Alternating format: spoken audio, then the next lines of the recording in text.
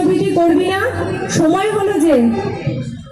এইভাবে প্রত্যেকটা পদক্ষেপে ছোটখাটো সব মুহূর্তে আমি আমার ঠাকুরকে উপলব্ধি করতে পারি, আমি তার উপস্থিতি নিজে অনুভব করতে পারি। তা হয়তো এই একটা মুহূর্তে, মানে এই 10 মিনিটের কোনো বক্তৃতায় বা এই কয়েকটা কথার মাধ্যমে আপনাদের কাছে আমি ব্যক্ত করতে পারছি না, কিন্তু আমি চেষ্টা করলাম আমার জীবনের একটা বাস্তব অভিজ্ঞতা, বাস্তব উপলব্ধি এটা, যেটা আপনাদের সঙ্গে ভাগ করে নেওয়া।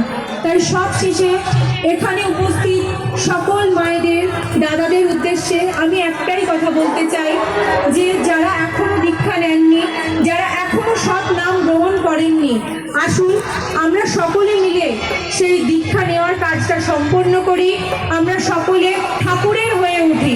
তাহলে আমাদের জীবনকে আর দেখতে হবে না, আমাদের জীবন এমনি